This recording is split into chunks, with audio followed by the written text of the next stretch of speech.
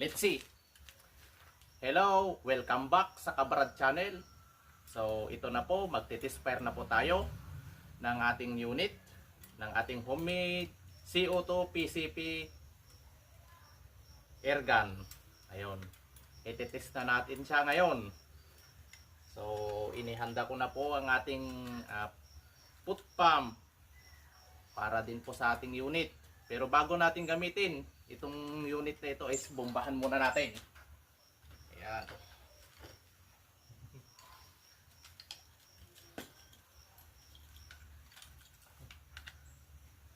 Wala namang kargahan na eh.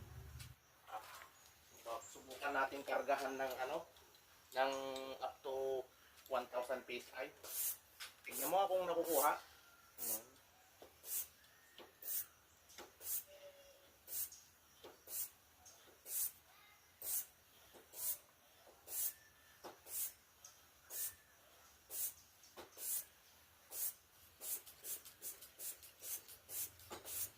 Nakakapagod magbomba.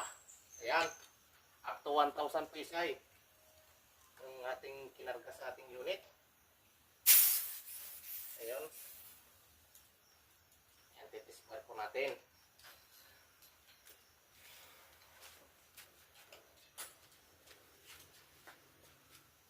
Titispire po natin. Pero isisiro muna natin. Ayan, testing muna. One shot.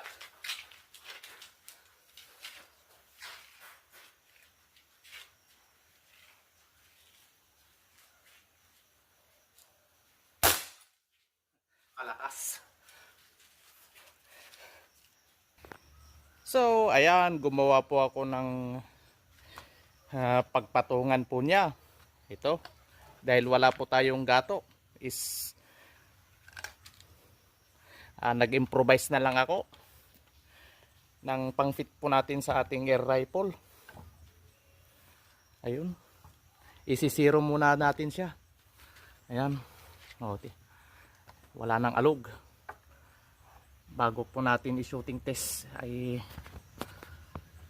kailangan muna natin siyang isiro para masapol natin yung target. Ayun. So test fire muna. So pasensya na, hindi makita. Ayun, tignan nyo kung makikita siya.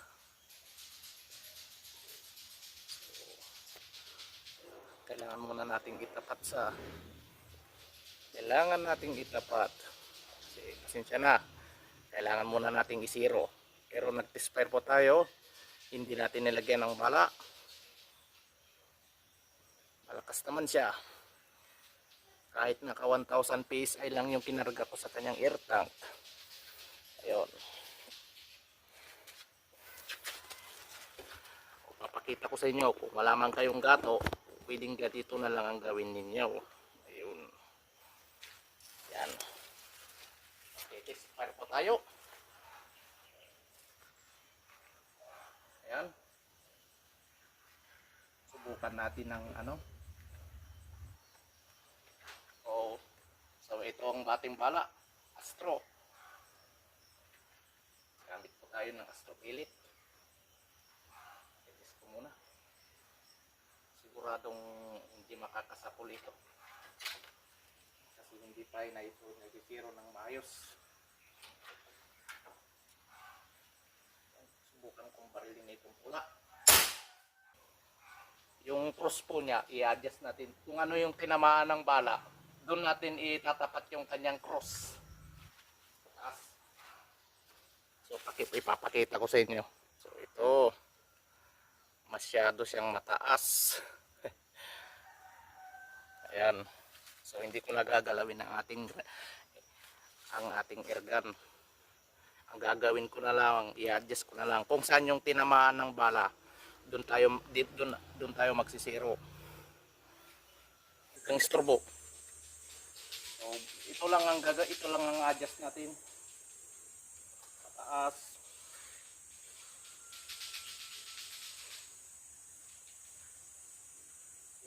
Ano natin siya ng konti.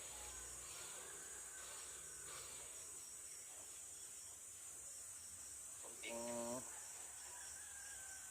kanan ng konti. Yan ko ng konti.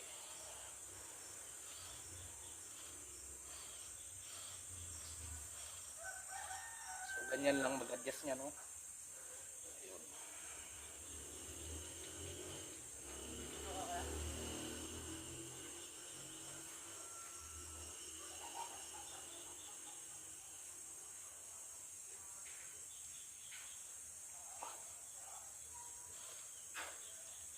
Yan. Oops. Nasobrahan na ako. Taga-taga lang. Ganito lang mag-zero. Dapat hindi may gagalaw. Okay na. Testing na natin. So yun. Tamaan natin yung pula doon. Sa dulo. So, try natin. Sana hindi tayo sumablay. Tamaan natin yung pula doon sa dulo.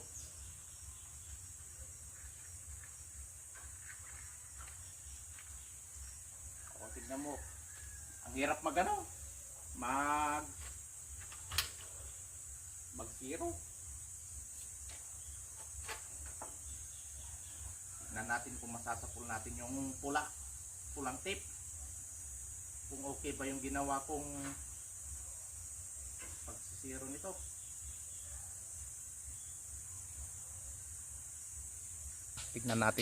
Tignan natin kung makatama.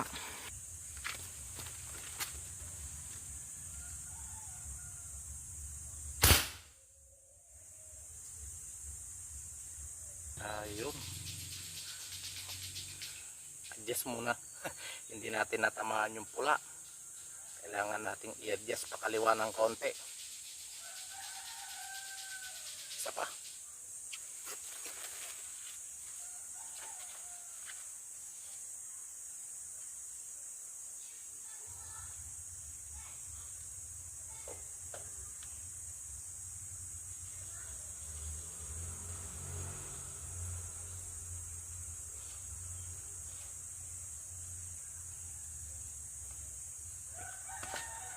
Try again.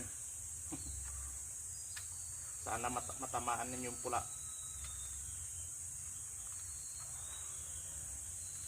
Sana naman hindi pa iba-iba ang tama nito.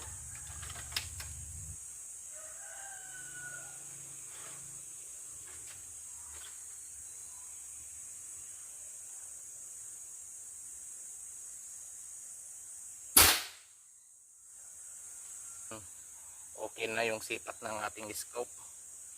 Kaya sinubukan kong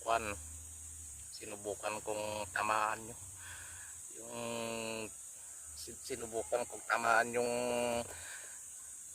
direksyon ng pinuntahan ng bala. Ayun. Ngayon, penetration muna natin siya. Ayun, testing natin dito sa makapal na. Penetration natin siya, pero tignan nyo naman yung tinamaan. Ayun, tagusan siya. Ito. So, okay na. Subukan naman natin ngayon sa lata. Kung matatamaan niya yung lata. Pinalain ko na yung kanyang scope. Magsi-shooting test na tayo ngayon. Gamit itong ating unit. Expire na naman tayo. Subukan naman natin tamaan yung lata. Subukan natin tamaan yung lata kung okay na yun.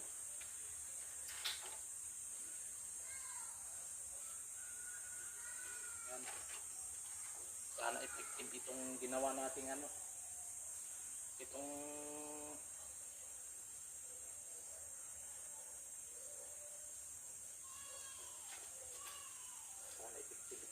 natin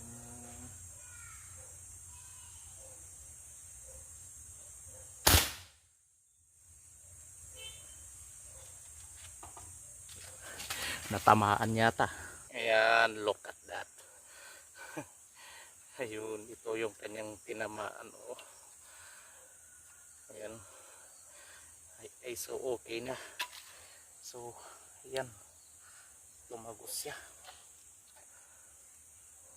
Lumagos na naman. Lang yan naman. Ang lakas. tumatagos siya sa report. Pero pag nakakalimang putok na, pag nakakalima o kaya 6 na putok, so ganito lang yung kanyang ibabaon. Ayun, pag naka-5, 6, ayun, ito I think siguro ito pang 5 siguro putok yan. So ito kung ganito na yung penetration niya, siguro paubos na yung ito yung paubos na yung hangin. Kaya nakakasampung shot ako sa ating air rifle. So take note, ang layo ng aking target base mula dun sa target point hanggang dun sa aking target base ay may layong 15 meters. Ayun. So yan. So salamat po sa panonood ninyo sa aking channel.